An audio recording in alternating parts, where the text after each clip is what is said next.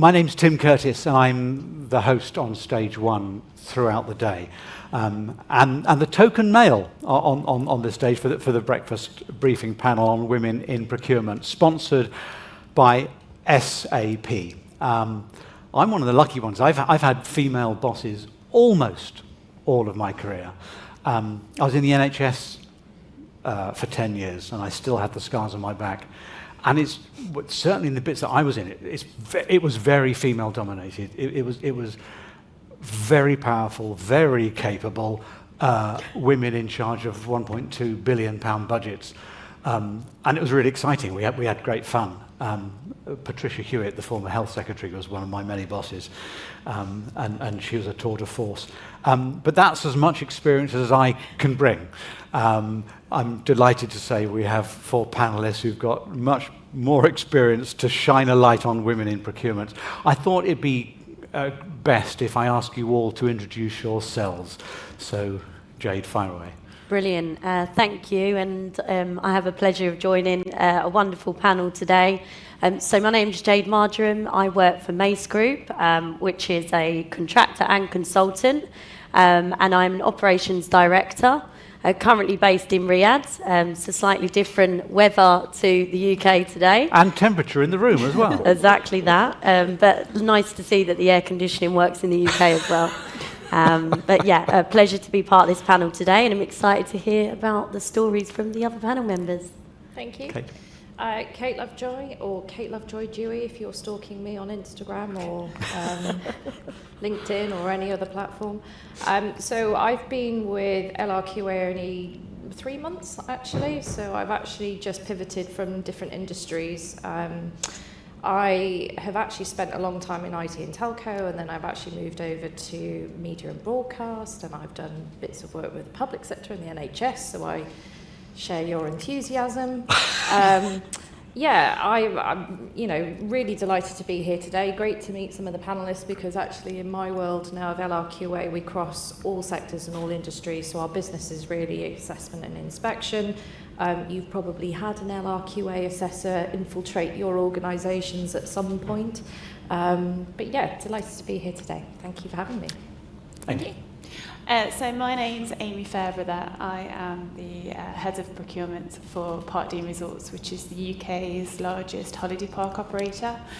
I've been there for about 7 years, and no day is the same in procurement, as I'm sure a lot of my panellists will know.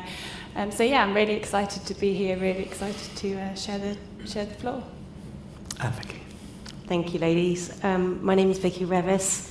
I lead the external workforce and services procurement practice at SAP. So interact with procurement professionals on a daily basis, hourly, by the minute, and excited to be able to see where our customers are able to take their outcomes for their business, and really the elevation of procurement into board-level conversations. I think that women have a huge part to play in that. Just as we were miking up, Vicky, you said that you normally do or have often done moderation on the stage rather than being part of the panel. So I'm now just going to leave. No, please don't. and leave you to it. But maybe you could help me out by kicking off. How do we talk about women in procurement and without the cliches? I do feel that the women in topic is something that is a topic of conversation in every industry, in every panel, so in every conference. There is a women in, and how do we talk about it without it being cliched? How do we make sure that we continue to drive the diversity agenda inside organisations, but maybe change the game, maybe think about it slightly differently.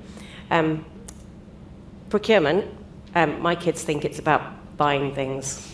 They're bitterly disappointed when they understand that actually procurement's about relationships, it's about strategic thinking, it's about agility, being able to see around corners, it's about strategy, and it's about that relationship back with the business. Unfortunately, there's not actually a lot of buying things that happens. Once again, my kids would prefer just to have the credit card and off they go. I have teen girls, so literally my credit card is not my own. But I think if you take the skills that we as women innately have, as women we juggle. We juggle often being mothers. We juggle definitely being daughters, typically primary caregivers to elderly parents when our parents get there. We have wide circles of friends. Let's take those skills and that capability from that diversity across our life and then apply that. And one of the challenges that we have is we have breaks in our careers, we have a system that isn't necessarily designed for women to be wholly successful. But how about if we change the game and we change the way that we look for skills and diverse skills and skills that are relevant for agility in business going forward and elevate women that way. Women, it's time for us to get our swagger rather than looking. There's a very well-known stat that says if men look at a job description, if they have about 7 or 8% perfect for the job, I'll apply. Women will look at it and go, oh, I only meet 80%. Don't think I'm ready enough to apply.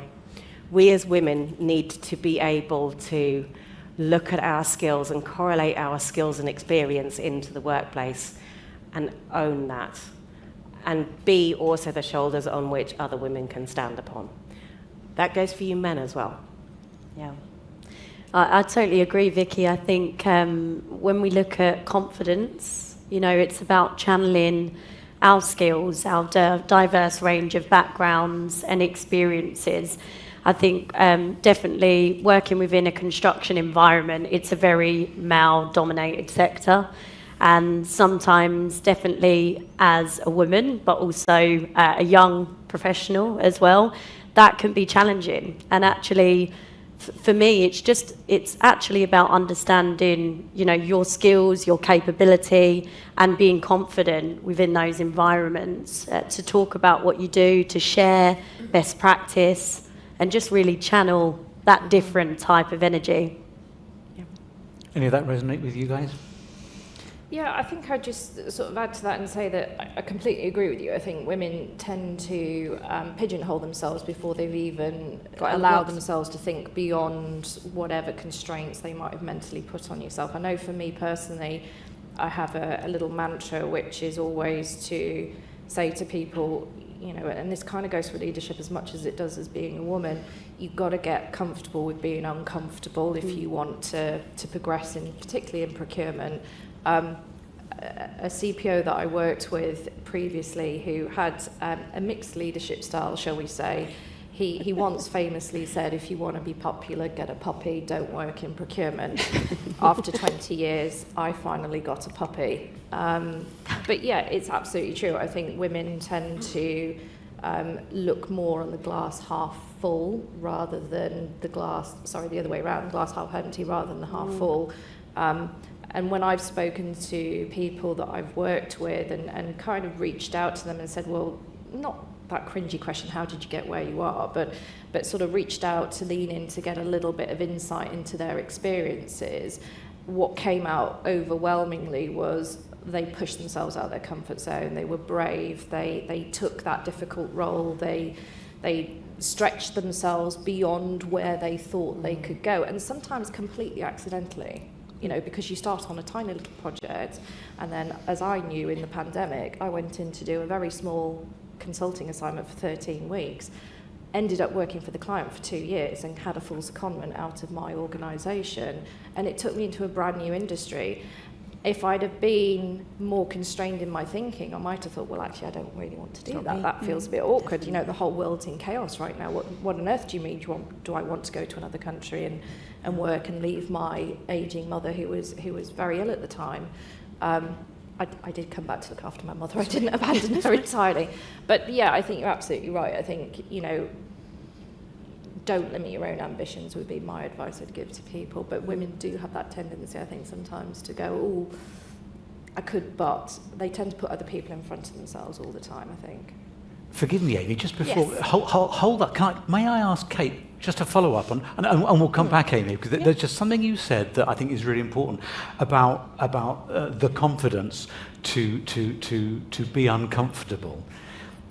Is that something, in your experience, that women own more than men, and therefore you have to work harder at it? Is that what you're saying?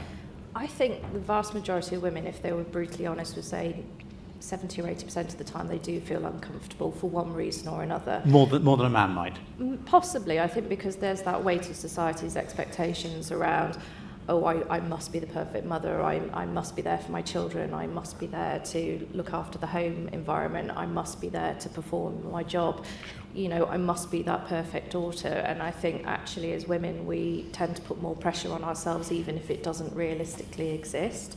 But we tend to allow ourselves to slip into that mindset more easily, and we don't give ourselves the permission sometimes to break out of that mentality. Amy, forgive me, I did just want to... What were your reflections on what's been said? No, I think the confidence piece is massive, and it's something which resonates with me because I had very little confidence at the start of my career, and I've had to learn how to build that quite quickly. Now, confidence in terms of my procurement role, I was there, I was quite happy to hold, you know, supplier meetings and build those relationships. Where that confidence probably was diluted a little bit was within the actual business. I think that's where I got sort of that potentially imposter thinking at a time, where I was comparing myself to colleagues, and quite often working in male-dominated businesses, male-dominated boards, male-dominated teams, you are comparing yourself in those instances.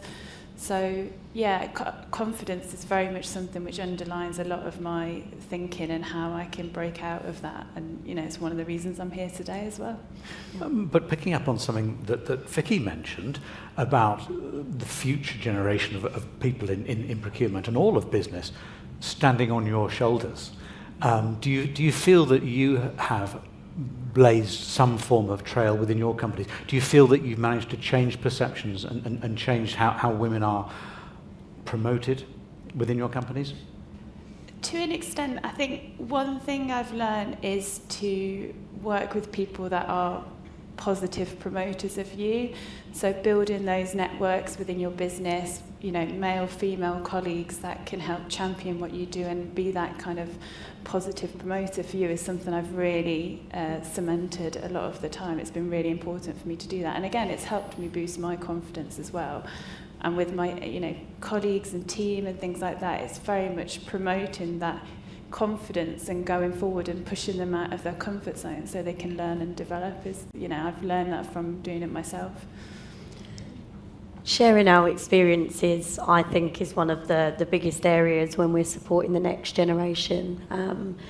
Our approach, how we've dealt with certain challenging situations. If you take, you know, and a lot of meetings, again, I'll go back to meetings because those are the places really where those big challenging topics are discussed when you get round the table in a range of different types of discussions, topics, especially for me around construction. A lot of the people have come from engineering backgrounds, you know, architects, that there is a strong dominance of males within that environment.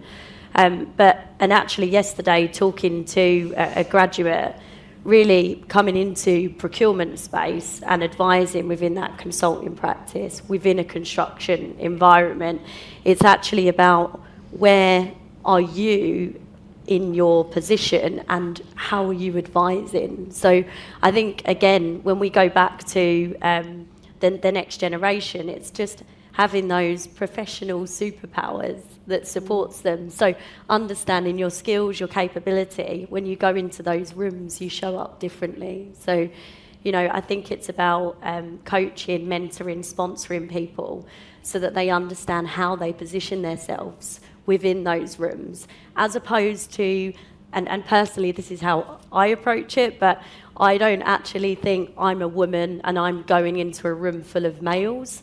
I think I'm a procurement professional, I'm a consultant, and this is what I'm bringing to the table. And I think actually moving the next generation into that so that they, you know, they know how to shape conversations is really, really important. Yeah. I suspect that we have 4 women on stage who, by virtue of the fact that you are where you are, even where you are sitting today, right, doing what you're doing right now, means that you have confidence, you've learned it somehow, and you have the chutzpah to fight your through what, I mean, working in the construction industry is a perfect example of how it could be rather challenging for a woman to be in that environment. So how do young women in your teams start? How should you be nurturing them and helping them to get where you are? I grew up in 80s and 90s. I think I see a different generation of women coming through now to how I came into the workplace as well. There is an innate confidence that I frankly didn't have. It took me a very long time in my life to get into my stride and find my inner confidence. If I reflect back now, I had ability. You can't have confidence with no ability. Let's be clear. I had ability. Did I have any confidence in my own ability? No. I see a level of confidence coming through with the younger generation. The most important thing now is to take that confidence and help to then match it with the ability and the experience. And I come back to, our superpowers. Our superpowers are also around storytelling and humanizing the workplace as well. We spend an awful lot of time at work. We've got to deliver really significant outcomes in our businesses, which evolve and support our customers and support our own business outcomes. And in order to do that, we need to bring all the experience that we've got to play. We've got war stories, grey hair underneath the dye. We've got, all of the lessons learnt and battle cards. How do we bring in the right pieces? And then also make the space for the younger generation to learn, but also fail. But it's fail, and I had a boss that said to me, he said, Vicky, we fail better. We fail, but we learn from it. But if you don't try and fail, you can't then begin to build up your own stories. And that is critically important to foster for the next generation.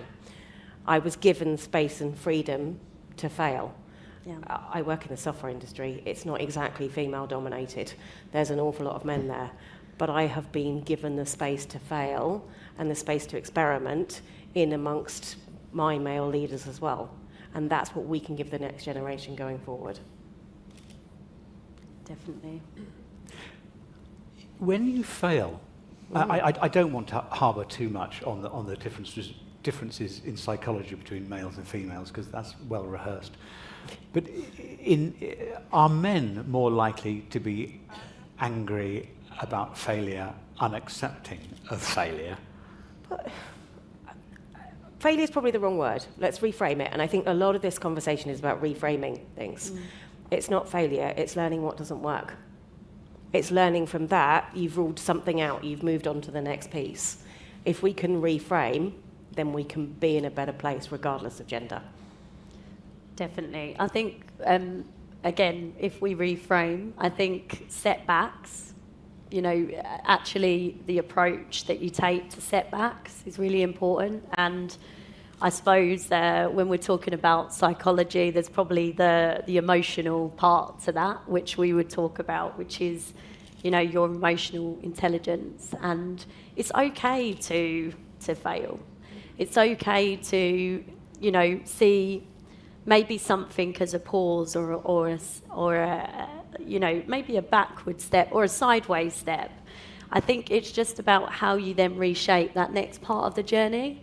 And actually, that positive mindset when you're in maybe a more negative place, for me is really, really important. And I suppose it's providing a safe space for people in environments to understand that when they do have setbacks, that there's a reflection moment and there's support around them so that they can actually, think about how would they do something differently in the future.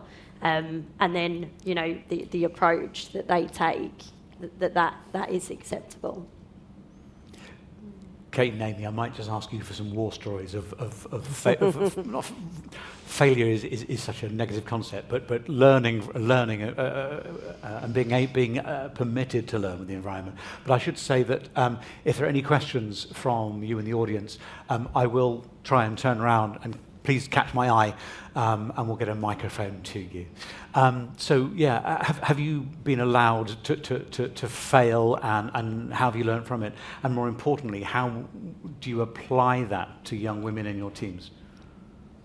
Do you want to take it first? Yeah.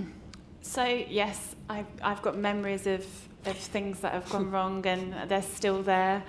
And I think that's something that I've learned, that it does stick with me. And I know, again, I've had peers who have they wouldn't even remember doing something wrong, but I know it kind of sits within me. But what I've learned, whether male or female, it's very much understanding how that individual learns from that experience. So I know I've got individuals that I've worked with who, actually failing or doing something wrong or not quite getting the right answer has actually helped them to grow, learn, and it actually energizes them. That helps them do their job. For me, it kind of becomes this crushing sort of thinking about it, overthinking it. It's not a big deal, but it is a big deal. How do I get over it? And I've learned, again, how to manage that thinking, to put it into a place where I can learn from it, and it energizes me. But yes, I've still got kind of memories in the back of my head where, yes, I sent something that I shouldn't have sent, I said something that I shouldn't have said at that meeting. I can remember specifically about 12 years ago going into a meeting and it failing, and I still have that in my head. Now, it doesn't bother me, and thanks for bringing up some traumatic experiences for me. We'll pay for the therapy afterwards. Yeah. This is great now, that's fine. But yes, it is, again, it's just part of learning, it's part of developing. It's everybody experiences it, and everybody can hopefully learn, and like I said, it's energizing. That's what you need. I think it's just having more awareness of your own, push buttons as well, because you're right, we do ruminate a lot. Maybe that's a gender thing, I'm not quite sure. I know for me personally, I will lie awake at 3 o'clock in the morning and something will completely pop into my head, and it becomes almost obsessive that I have to work the problem through before I can let it go. But I think the older that I've got, the more confident that I've got in my own style of operating.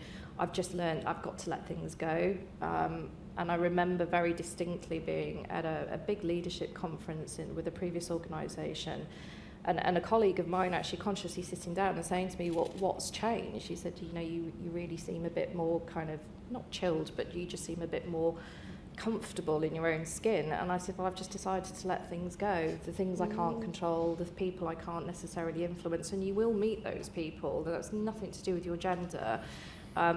Within procurement, you have to be a master of lots and lots of different skill sets all at once. You have to be a peace negotiator, you have to be a good salesperson, you've definitely got to be a great accountant, you've got to know your finance numbers, but you've got to have really good EQ as well. And I think people have a big misnomer when they think about procurement. Either people don't really understand procurement, and like you say, they think we just buy stuff occasionally and maybe have the odd supplier away day, but I have to say those definitely don't happen anymore. But I think you have to really kind of figure out your own self and make sure that when you wake up in the morning and you look in the mirror and you go, okay, today's going to be challenging, but I'm just going to do my best. And actually, maybe that might not be quite good enough in some people's eyes, but if I can walk away from that day feeling like I've achieved something small, and that might even just be checking in with a team member because you've noticed that their behaviour's changed. I try to think about what would younger Kate have wanted in that moment, and I try to apply that. And it's hard, right, because you've got to be situationally aware of what's happening around you, as well as processing your own feelings and emotions. And that's not to say your feelings and emotions aren't valid, they are, but you just need to understand that what's happening in your environment isn't a personal attack on you or how you're operating in that moment. It's just other people going through the same processing, and maybe people experience things in different ways to you. So I think I definitely overanalyze things sometimes, and it's always at 3 o'clock in the morning. But I have found that, with time and with better coping skills and with talking to other people in my own network, I've made it a mission to keep in connection with people I've worked with previously. I've consciously reached out to people even today, I reached out to about 20 or 30 people in my procurement network. So one of the things we were asked to think about as a panel is, what advice would you give to your younger self? I thought, gosh, that's a really big question. There's a lot to cover there. But I actually reached out into my network to both men and women, and I said, well, what do you think about this question? What would you give to people coming into procurement? And it was really interesting getting those views back from those individuals. It was resonated a lot, but there was also some good kind of things that I needed to remind myself about, really kind of giving myself permission to make a few more mistakes still and allow the people in my team to do the same.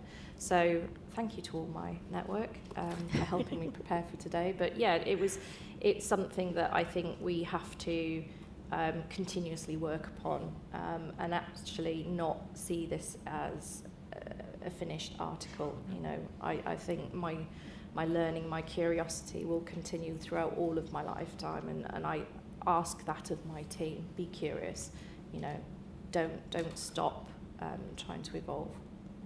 This was going to be my last question to the panel, but let's keep exploring that. What is the advice you'd give to your younger self and younger females working in your teams to cope and get to the levels that you are? I'd say enjoy the journey. So that's a very cliche statement, but I find, and definitely we're under pressure, right, to always perform and progress. And if you're an ambitious person, and obviously there will be many young professionals that are coming and climbing the ladder, but enjoy the journey, and it's not a race. Take the setbacks, but also take the good and enjoy the good when it's good. I think we can most certainly put a lot of pressure on ourselves to achieve, but I've definitely learned that the experience, every single experience that I've had has got me to where I am today. So, I came from, I worked in, my first role in procurement was in social care for local council, and now I'm in Saudi Arabia advising clients on some of the biggest programs in the world. So I think, anything can happen. You just have to follow that path, follow that journey, and believe in yourself. Yeah. Any further words of inspiration? Yeah, so I always, a lot of people fall into procurement. I chose this as my career straight out of uni. I've always wanted to work in procurement, loved it. I loved it, how many different spaces procurement touches within a business. We influence such a massive part of a business. It's such a huge role and a pivotal role. And actually, it's not always recognised as that either. So having the confidence and building those internal networks is one of the things that I wish I'd done a little bit sooner in my career. Actually working with the people, working within the businesses that I've worked in, building those networks, building those relationships, and that helps, again, I mentioned it before and we've spoken about it, that helps boost that confidence. And actually, as you mentioned, Jade, it's the journey you're on. I never thought 15 years ago that I would be working in holiday parks and never stepped in a caravan until I joined this business, and now I help procure them. So it just, you never know where it's going to take you, and it's such an exciting time, and I kind of, excited to see where it takes me in the future as well. I think, I already alluded to the fact that it took me a long time to kind of hit my stride in my head. My advice to my younger self would be seek the opportunities to broaden your understanding about all those negative voices in your head and those tactics to be able to combat them. I am my own worst enemy, and it took me, as I say, a long time to be able to combat all of those voices in my head. and really see in myself what other people see. As women, we tend to find that, well, I can't possibly think I'm doing a good job because that will be big-headed. That's the framing in our heads that happens. And culturally and societally and infrastructurally in an organisation, we have to be able to set ourselves up knowing that that's kind of almost the default way. I was gifted a book by somebody I work with. She's out on maternity leave, and I talk about the younger generation kind of having their together much earlier than we did. She gifted me this book, and it was called Bending Reality, How to Make the Impossible Probable. Well, I was like immediately intrigued. Relatively life-changing for me, that book, in terms of the reframing, how you look at things, how you take time in amongst everything else that you do, being I'm a mum, I'm a daughter to relatively ill parents, I'm the matriarch of the family, friendship network, I like a holiday as well, I have a dog, and a job, it's a few things to juggle. So taking those things and being able to identify the skills that I have associated to that juggle into my work, it's allowed me to kind of reframe where I look at and exploit the superpowers.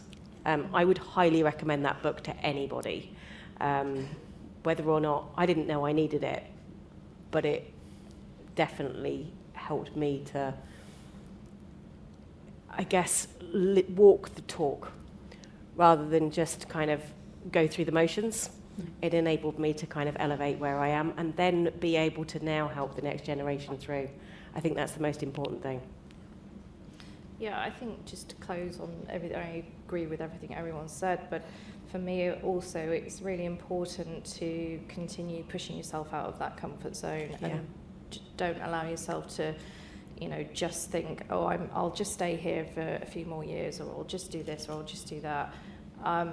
I consciously left an organisation after a good number of years, after a 10-year stint, purposely because I knew that if I didn't go in that moment, I wouldn't probably ever leave, because it was actually a really great organisation, and it was a wonderful procurement family that I'd grown up with, and felt incredibly privileged to have started my career pathway, which I, unlike you, Amy, did not consciously join procurement. I was taking a gap year. And never went to university. So I fell into my procurement role as a result of making a decision to take a break. So I was very, very fortunate. But I actually left after 10 years in this organisation because I wanted to explore other industries. I wanted to see how procurement was done within other industries, other organisations. And I didn't really have a plan for that, other than I just had this innate urge to fulfil that desire.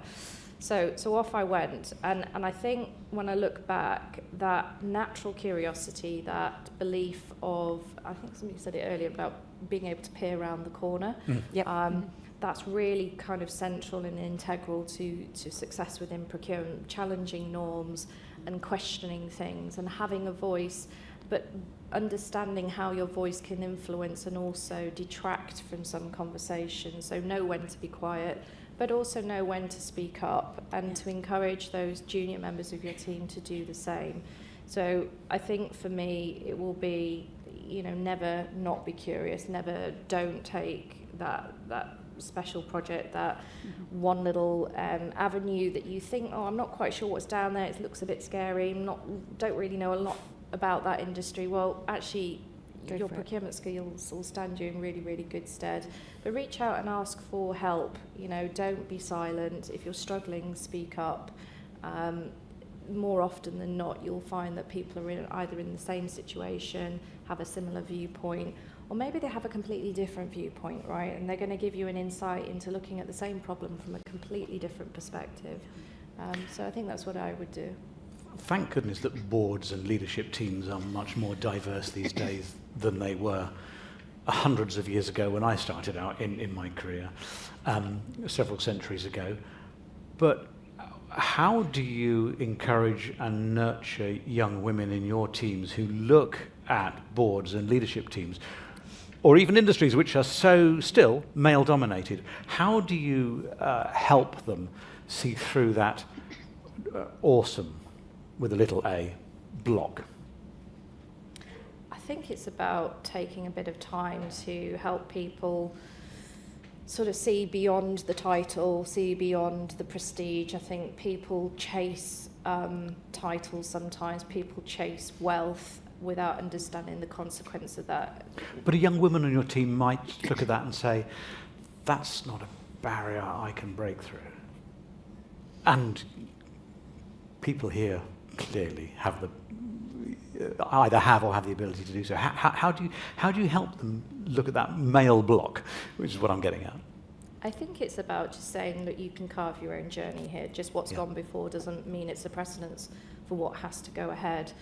I do think it is incumbent upon leadership teams, though, to have more of a consciousness around diversity within their workforce.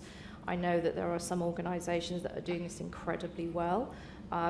I'm not sure I'm quite a subscriber to having targets setting around these things specifically, but I think having some sort of measurement and of awareness within an organisation can help. But I think it's about just instilling that innate belief in people to say, look, you know, you are the commander of your own destiny, as cliche as that is to say, and only you can decide where you want to go ultimately. This isn't a conscript army we're working in, thank goodness, but we do have freedom of choice. So don't let it limit your ambition, and actually making sure that the people within my leadership team that I actually sit in, they also foster those same values and those same perspectives. We can't completely control the narrative, but I think we can live the behaviours ourselves. I think we can champion more of our junior members of the team. We can stretch them and push them out their comfort zones, and hopefully that over time will give them the confidence to start seeing the pathway that could potentially be ahead of them. I think it's also giving people a platform. It's important that they're able to share their own success across the organisation as well, and trumpet the work that they've been doing across the organisation. So it's finding those opportunities that allow that person to be able to shine, to have the visibility through leadership, to be able to showcase, as you say, encourage people to take those stretch projects, which might not necessarily be in their comfort zone, support them and nurture them through those stretch projects, and then give them the platform to spotlight what we've learned as an organisation, how it's progressed forward. And that learning might be, that's not the direction for our organisation. That's also just as good learning as something having worked as well. So for me, it is about making sure that it isn't organisational hierarchies. Thankfully, we've flattened a lot of organisational hierarchies, and it's allowing people to be heard outside of those kind of, the board or whatever. It's flattening those communication channels and allowing communication to flow when there is something to be talked about and success to be celebrated or learnings to be welcomed across the organisation. I think that where you mentioned a platform, it's really important. And I've worked in businesses that have put me on women in leadership courses. I've been on phone calls, I've been on training courses, and it's all very nice and, very empowering, but none of them have really worked successfully because there's been no buy-in from the all-male board in that business. And it's really disappointing where you've seen that happen, where there are pockets of trying to kind of push that and provide that platform, but actually it's not worked because people aren't buying in, and you've got to have that top board buy-in. And I can't remember which business it is, and some do it obviously a lot better than others, but they've created a kind of succession board. Mm-hmm. So a lot of the time, particularly I've always worked in private equity, but a lot of the time, the board will change, new owners, new business, etc., and they tend to bring new people in rather than looking at internal succession and be able to provide those people that are ready to take on those roles. Yeah. And building that kind of, again, that platform to allow those people, male or female, to be able to kind of, who aren't necessarily ready today, but can build the skills, the knowledge, the experience. I think it's a really great platform, and it's much better than, totally honest, sticking me on a course for 6 months talking about leadership skills. Fair. I think just a last point on that one, but I always ask myself the question, why is it a block? And I suppose I would advise people to always explore why is there a barrier? And is there a barrier actually? Or is that actually, like we said earlier, is that something You've created. We've created. It's a mindset, and it's the language you speak. I think one of the most, and I see in, women leaders definitely in MACE, they show up and, they are part of the conversation. And it's actually the approach that they take, but also the respect that they have within the business, males and females. It's the energy they create. And it's also about them understanding, again, what part they play and, what they bring to the conversation. So I think, again, when we go back to what is the barrier, what actually is the barrier? What is the block? Is there a block anymore? Or can we actually just, push through? Can we push boundaries? And that would be my advice in, my experience, again, has come in and working within, totally different multidisciplinary teams and in different places as well through travel now, is ask yourself the question, why is it a barrier? Is it a barrier? Or is there something I can do to influence this situation? How can I change the game? How can I reshape this? There's a question from someone in the audience. James, on sound, do we have a mic? I'm going to get off the stage and run the mic. Hello. Thank you. It should be working. Just... Hello. Yeah. Hi, good morning. Would love to understand, as someone sort of returning from a career break, how can sort of women leaders maintain their visibility and not feel like they have to rebuild everything from scratch after a career break? Great question. Thank you. Who wants to pick that up? I don't have a good story to tell because I did rebuild everything after a career break. I returned back properly into the workplace. My kids were 5 and 6. They're 16 and 18 now, and still my clothes make up the lot. So I did rebuild and restart, and it's been hard. Juggling that and the girls has been, it's tough. And you continually suppress the mum guilt.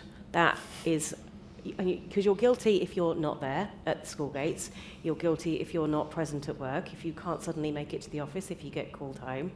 All of those things exist.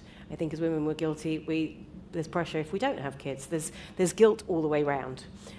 My recommendation, if I was to kind of go back and redo, I underestimated my own capability and came in too low at a level. The first person who hired me in SAP, I got promoted within 6 months because he went, well, you didn't really come in at that level, did you? He recognised that in me. I was beyond lucky with him as a boss at that point. Texan guy who I carry a lot of Wagnerisms with me, even now. Don't underestimate your level. Don't underestimate the power of the what's the word I'm looking for? The relatable skills, I think, would be the key thing. Because business will move on. Look at the way AI is coming into play. Look at the way that, if I go back to, when the internet changed the game and various things, business moves on. Don't harbour back on what you've missed in that period of time, because as sure as anything, business will move on in the next 6 months anyway. You will be up to date. So don't underestimate the level and the power of your relatable skills would be my advice. And don't do what I did. Any other thoughts? I think just building on what you said, actually, Vicky, it's you've probably created more skills now, right? Yeah. So your multitasking is probably next level. your ability to adapt quickly to situations is probably on point. So all of those things are inherent skills that you would use in the workplace, probably unconsciously.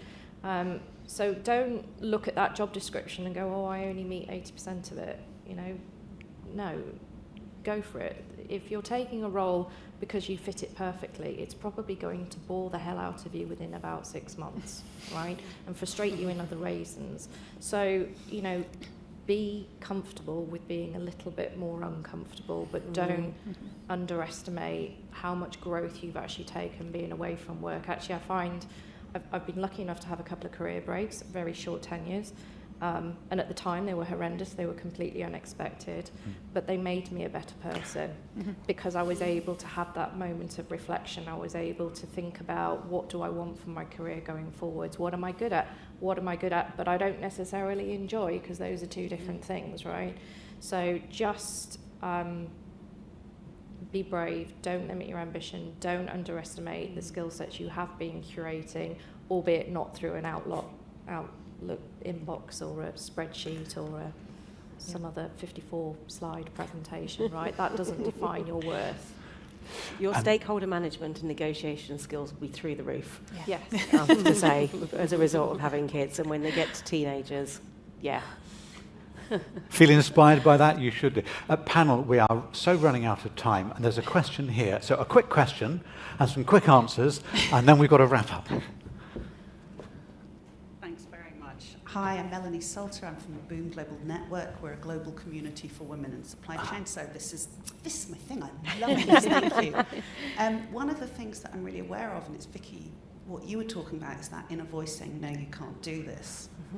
And I heard this amazing advice, which is, okay, you can hear that inner voice, but have I call it a constellation of support, have your trusted advisors going, who, before you rule yourself out for a job, go and talk to them and say, hey, I'm thinking of going for this job, but obviously I'm not ready yet. And have those people that you trust around you who are your cheerleaders. So one, I wanted to share that, but two, have you got those people around you? Because it's something I never had in my career, because, I'm old, so. I definitely have, and they are male and female. And I think you mentioned earlier about your networks as you're growing and, you know, keeping connected with those people, but it's all about the sponsorship, right? Because we can't do it alone. So it's that network, it's that sponsorship, and it's having, you know, other superpower ladies around you that you can learn from, that champion and help you grow. Yeah, I just echo that. I wouldn't. The support network that you build within a business is massive, and I've crossed paths with so many different people, and I've been other people's support network as well, which is great. And actually, I equally grow as part of that when you're kind of advising or listening and things like that. And actually, you have a little bit of internal self-reflection as well, that you're advising this person will take your own advice sometimes. Definitely. But yeah, it's really important. I've really appreciated it. I have a Gen Z daughter, age 21, who's in procurement in the fashion industry. She wanted, like you, Amy, wanted to go into procurement, which is unheard of. But she went in chiefly because she wanted to go to fashion shows and have lots of free clothes, and it's working out. It's a genius career choice, and she's doing brilliantly. But I mean, how should you be working to encourage more young women into your speciality, into procurement? Is there a need for that? And if there is, how do you do it? And can we keep the answers to about 30 seconds each? I've got people that are joining the team and are learning the ropes and understanding, and I've got two women that have joined and are really excited in their early 20s and didn't know they loved procurement until they spent 10 minutes with me and got their ear talked off and how amazing it is. And yes, you have to be a salesperson as well. So yes, definitely we need younger generations, we need younger people through the door, and absolutely it's a career that a lot of people have never heard of, and what is procurement? It is a very prominent question I get asked quite often, and spreading that and talking about it more is really important. I think that's the most important thing. When you go to careers fairs, a career in procurement isn't one of the ones, and if it was one of the Yeah. desks, I'm sure it wouldn't necessarily have people gathered round. So how do we take the strategic nature of procurement forward into understanding what career paths are? Procurement historically were the keeper of contracts and the payer of suppliers. Nowadays, it's a fully strategic role that sits on the board and delivers real impact to a business's ability to deliver today, but also set themselves up for the future. And isn't that what, as women, if we then reframe our superpowers, are best placed to do? So it's being able to bring that message and land that with the next generation. As I say, if you rock up at a careers bench with a procurement, I'm sure it would possibly be ignored, but it's kind of creating that excitement around procurement. I think the chartership as well, I mean, the Chartered Institute Procurement Supply Chain is a massive hub for those messages. I'm part of a lot of the community work, and especially in Saudi Arabia, there is, a focus on how do we get people and definitely women again into that procurement profession. Again, male and women, people fall into procurement. So I think it has to start from education, so universities. But again, as the panel has said, sharing stories and keeping the messages consistent about what are the breadth of opportunities within procurement and supply chain careers. Well, we're all from different places, different industries, different sectors. You can be part of, different types of organisations. You can work in different spaces. There is a huge career and opportunity working in procurement. So we just need to keep the messages fresh, and we need to keep them live, and we need to keep them going.